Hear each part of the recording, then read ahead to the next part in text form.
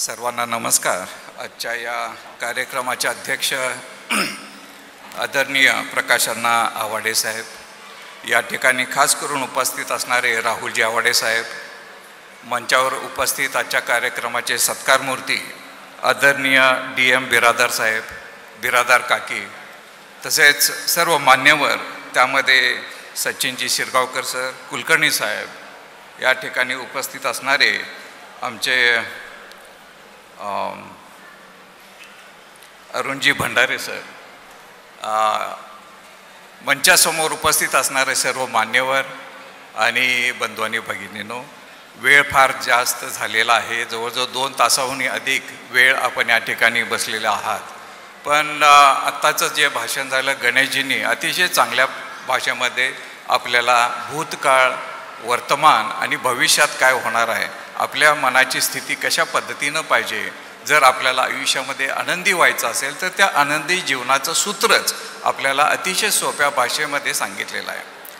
परंतु आज या ठिकाणी DM बिरादार काका किंवा साहेब यांच्या 78व्या वाढदिवसानिमित्त आपण या ठिकाणी जमलेलो आहेत। सुरुवातीलाच मी त्यांना वाढदिवसाच्या हार्दिक शुभेच्छा देतो। आदरणीय काकींनासुद्धा मी शुभेच्छा देतो। या 2 तासामध्ये मी बिरादार साहेबांच्या शेजारी बसलो होतो, त्यांच्याशी संवाद साधत होतो, काही चर्चा करत होतो आणि त्यामध्ये घटना अशी घडली, कदाचित तुमच्या नजरेला आली नसेल, परंतु मी शेजारी बसल्यामुळे ती मला लक्षात आली की ते चष्मा काढून पुसत होते आणि पुसताना त्या चष्मातली काचच निघून गेली, उजव्या बाजूची काच निघून गेली। लगेच काकींच्या चेहऱ्यावर एक काळजीचा सूर उमटला, आता काय व्हायचं, तुम्ही कसं बोलणार, कसं वाचून दाखवणार भाषण, असं थोडंसं त्यांच्या एक्सप्रेशनमधून मला जाणवलं। एक अनामिक भीती त्यांच्या नजरेत मला जाणवली, परंतु त्यांच्या चेहऱ्यावर अशी काही भीती नव्हती, टेन्शन नव्हतं। त्यांनी त्यांच्याकडे न बघताच असं काहीतरी केलं आणि काच व्यवस्थित बसवली आणि मी ते न्याहाळत होतो आणि ती काच बसला क्षणी काकींच्या चेहऱ्यावर एकदम समाधान उमटलं। त्यांनी सुटकेचा श्वास घेतला, बरं झालं बाबा एकदाशी।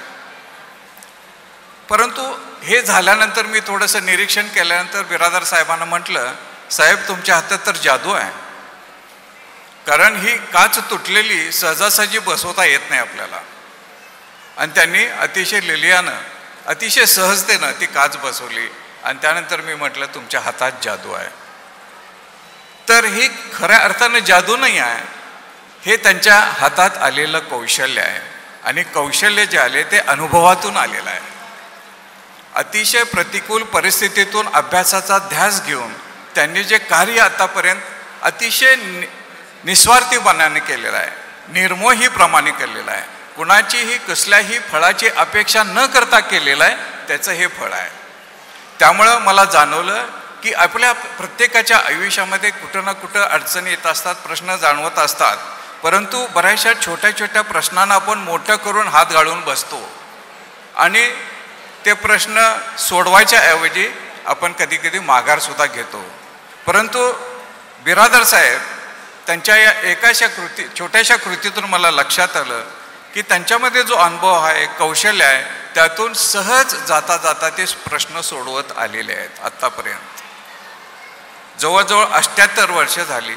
शाळेनंतर कॉलेजमध्ये, महाविद्यालयामध्ये त्यांनी शिक्षण घेतलं, शिक्षणानंतर BE झाले, कारण त्या काळामध्ये वालचंद कॉलेजमध्ये ॲडमिशन मिळणं तेवढं सोपं नव्हतं।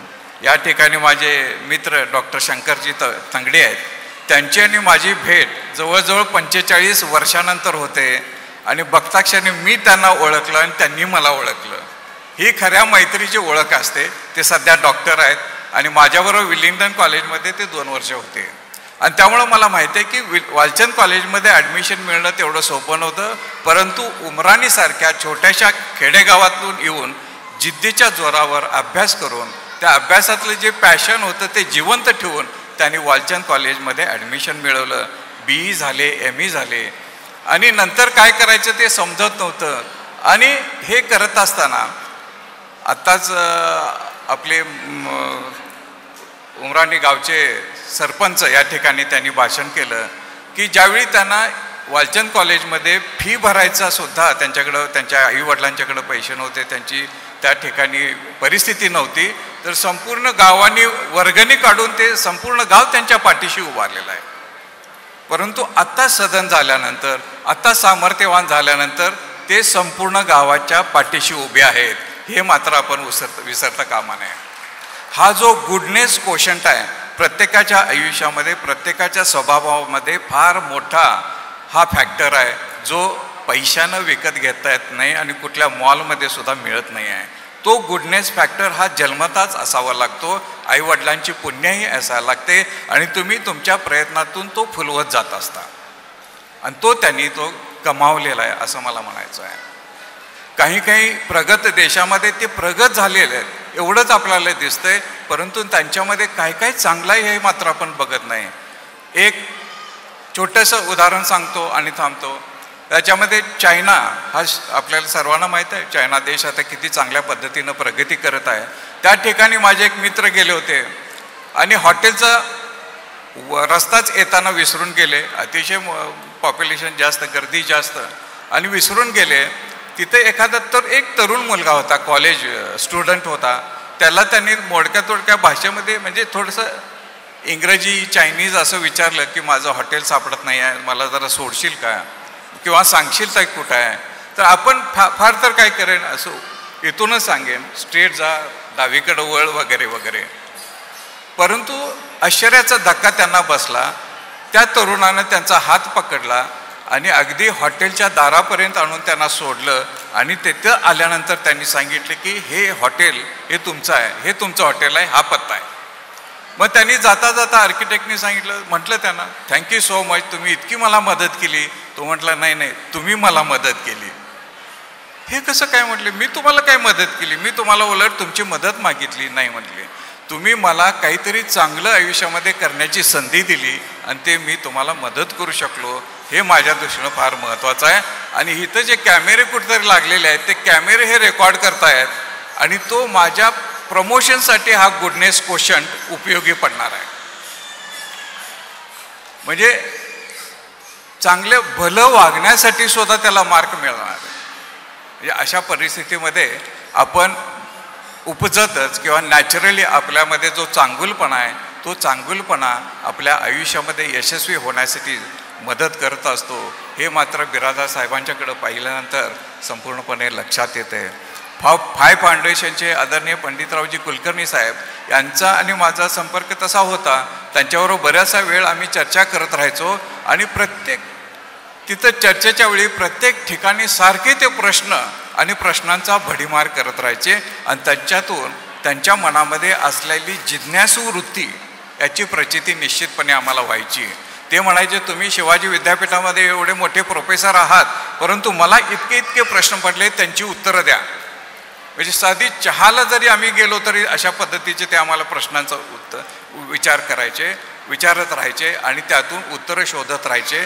त्यांना नेहमीच काहीतरी वेगळं करण्याची जी इच्छा होती आणि त्यांचं जे पॅशन होतं, ध्येय होतं, ध्यास होता, तो फार मोठा होता. तो कुठेही कृत्रिमरित्या आपल्याला मिळवता येत नाही. आणि अशा लोकांच्या तालमीत राहून त्यांची मनाची जडणघडण झाली आहे, त्यांच्या मनाची मशागत झाली आहे, हे मात्र आपल्याला विसरता कामा नये. परंतु तरीसुद्धा 7 ते 8 वर्षे तिथं काम केल्यानंतर तिथून बाहेर पडायचा निर्णय घेतला आणि बाहेर पडत असताना यांचे कुठलंही प्रॉडक्ट मी डुप्लिकेट करणार नाही, कॉपी पेस्ट करणार नाही, परंतु त्या ठिकाणी माझ्या स्वतःची प्रॉडक्ट्स नवीन रेंज त्या ठिकाणी करणार, हे त्या काळात त्यांनी ठरवलं. हे म्हणजे त्यांच्या खरोखरच जिद्दीला सलाम करावा असं मला या ठिकाणी वाटतो. आणि हे कधी येतं तर त्यांच्यामध्ये असणारी संशोधन वृत्ती.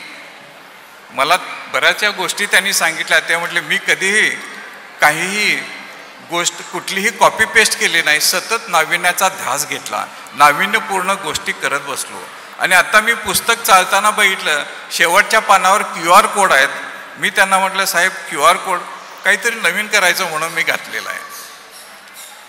म्हणजे प्रत्येक गोष्टीत काहीतरी नवीन करायचं आहे, कुठली कॉपी पेस्ट नक्कल कोणाची करायची नाही. ती ओरिजिनॅलिटी जी आहे ती संशोधन वृत्तीतून येते.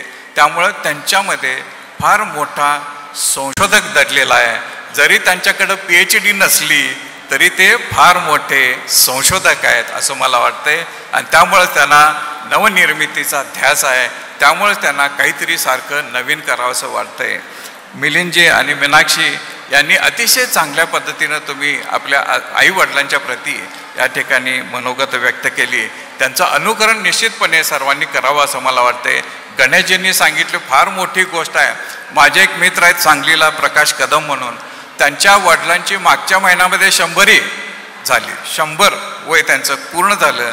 त्या क्षणी त्या ठिकाणी सुद्धा मला बोलवलं होतं. आणि मला माहीत आहे, कारण तो माझा चांगला मित्र आहे, ज्या दिवशी माधवराव कदम म्हणजे त्याचे वडील रिटायर झाले झेडपीमधून, त्यावेळी त्यांच्या बँकेमध्ये बॅलन्स हा 0 होता.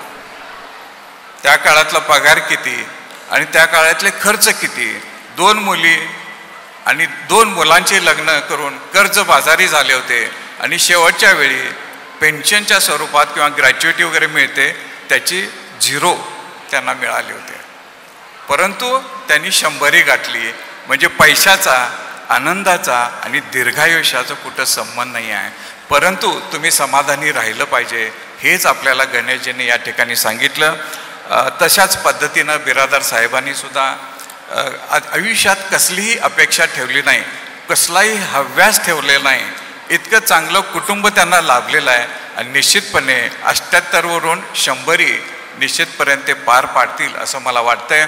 आणि परत या ठिकाणी या वाढदिवसाच्या अनुषंगानं मला प्रमुख पाहुणा म्हणून बोलवलं, त्याचं मी भाग्यवान समजतो.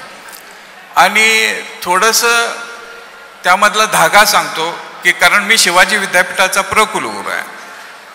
शिवाजी विद्यापीठामध्ये विविध समित्यावर त्यांनी काम केलेलं आहे. ज्यावेळी विद्यापीठ आणि उद्योग क्षेत्र यांची सांगड घालण्याचा प्रयत्न केला जात होता, त्यावेळी त्यावेळच्या त्या कुलगुरूंनी त्यांना एक नामवंत उद्योगपती म्हणून विविध समित्यावर काम करण्याची संधी त्यांना दिलेली आहे. आणि त्यामार्फत आमचा एक धागा जुळलेला आहे. त्यामुळं आता त्या ठिकाणी ती जी मोहीम सुरू केली होती ती आजही मोहीम आमची सुरू आहे. त्यामध्ये आता बिरादर साहेब आता नसून आमचे मिलनजी त्या ठिकाणी आहेत. त्यामुळे ते ज्या ज्या ठिकाणी बोलवतात त्या ठिकाणी आम्ही जातो. त्या ठिकाणी आमचे या ठिकाणी बरेचसे मित्रमंडळी आहेत, बरेचसे नामवंत उद्योजक आहेत, सचिनजी आहेत.